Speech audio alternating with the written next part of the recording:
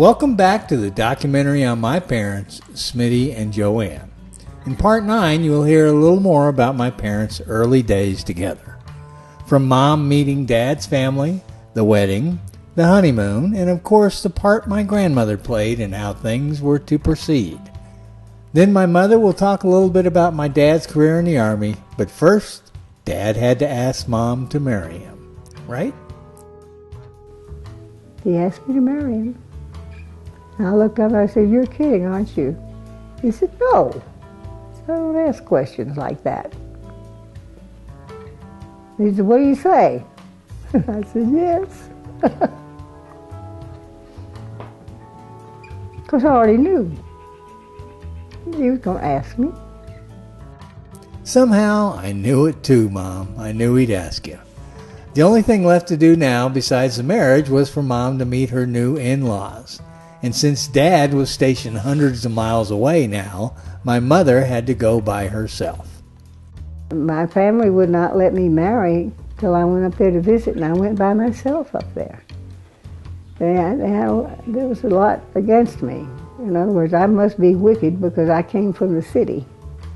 First night I woke up in the morning, and here is Vera and Miney standing over the bed peering at me.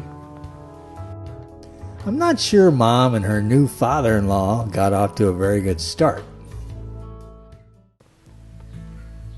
And I was afraid of him after that.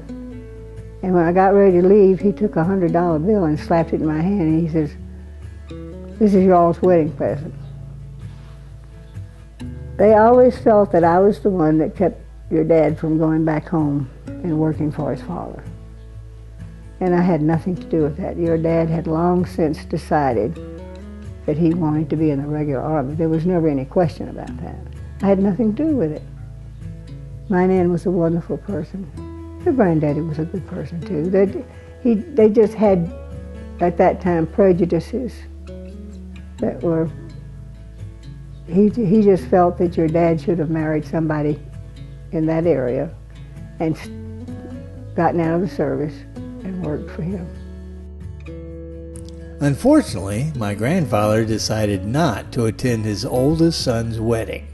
But Mom had other issues to deal with, like plumbing and chains. The day of the wedding, the plumbing went out in our house. Now, ordinarily that would just be a matter of getting a plumber out, but we'd been at war, and there were not that many plumbers around. So we all had a hard time getting a bath that day. There was a piece of metal chain that was part of a necklace, but they were good-sized little chains that had been passed down through my mother's family, and all brides had worn it, but the only way you could wear it was tied like a garter. And to go around mine, there was a piece of chain hanging down just about like that. And I felt that chain walking down the aisle, flipping back and forth between my knees, and I thought, it's going to fall off and it's going to make a big clank sound. By the time I got down there, I was giggling. I was laughing so much, and I guess it was nervous laughter. I couldn't look up, I couldn't look at Dr. King, I couldn't look at your father, I couldn't look at anything. I just looked down because I was afraid I was going to burst out laughing. And then there was Grandma. But you know Grandma, she had certain ideas about the way things should be. And I guess that's the way they should be, but I didn't have any choice. And I had picked out 2 solos for this friend of Mother's to sing that they had been sung at Mother's wedding. And it was not what I wanted, but we did it at mine. And I just, "Oh, promise me and I love you truly." I have hated those things all my life. And that's just not what you sing. Dr. King had taken me to one side the night before at the rehearsal, and he said, "Joann, this is your wedding. You decide. Your mother just shouldn't be deciding all these things." And I said, "Dr. King, it's more peaceful this way." And what happens after a wedding? Well, they spent their wedding night at the Rice Hotel in Houston.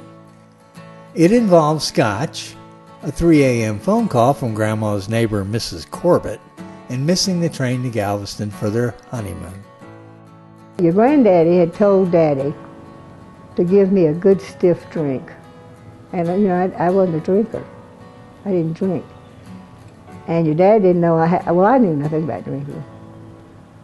And your dad had scotch.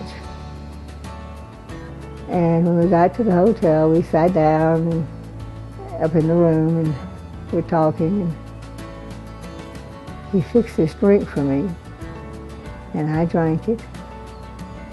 Then I went into the bathroom and changed my clothes. I came out and I fainted. I just dropped to the ground. The scotch hit me. Miss Corbett was weird that way. Just to make fun. "What are you doing?" she said. She's been drinking too. Oh my God. I tell you, when Mother and Daddy found out about that, I think they were ready to kill her. We missed the train to Galveston the next day. So we stood up on a bus going down to Galveston. We get down to Galveston and I sit down in the lobby while your daddy goes to register, and all of a sudden I heard this boom. "Twin beds, no, we're married."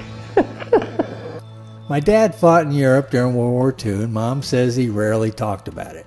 I mean, who wants to talk about war? I never asked him anything, and Mom said he only told her the funny things that happened. The first job they had over there was the Red Ball Express. That was taking truckloads of food and everything to Paris and back. So he got a little taste of Paris. Then he went into the war by September. And they went up through Holland. Then he talked one time about the only time he was really frightened, and they were going to make a move. And of course, he was a forward observer. They go before the infantry and pick out where the foe is, and then call for firing before the infantry goes in, the artillery fire to go over. And this was to be their big move, their big push. And he said the night before he was just a nervous wreck. He just knew that this was it. And it turned out the Germans surrendered. They went through some pretty ferocious things. Didn't want to talk about. He did tell some funny tales though. And then one time he'd gone without food for several days and got back, and this is why I like Spam so much. Peas, English peas and Spam. He got back to a mess tent, and all he'd had was those little pieces of chocolate to eat.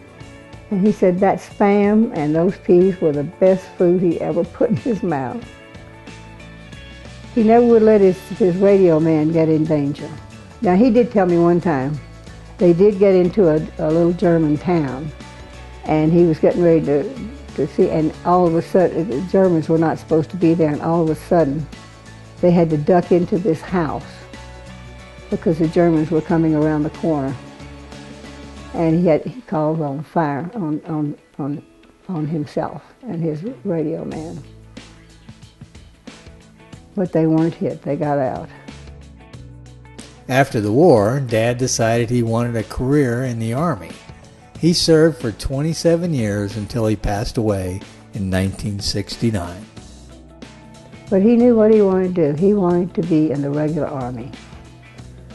But he was a born leader.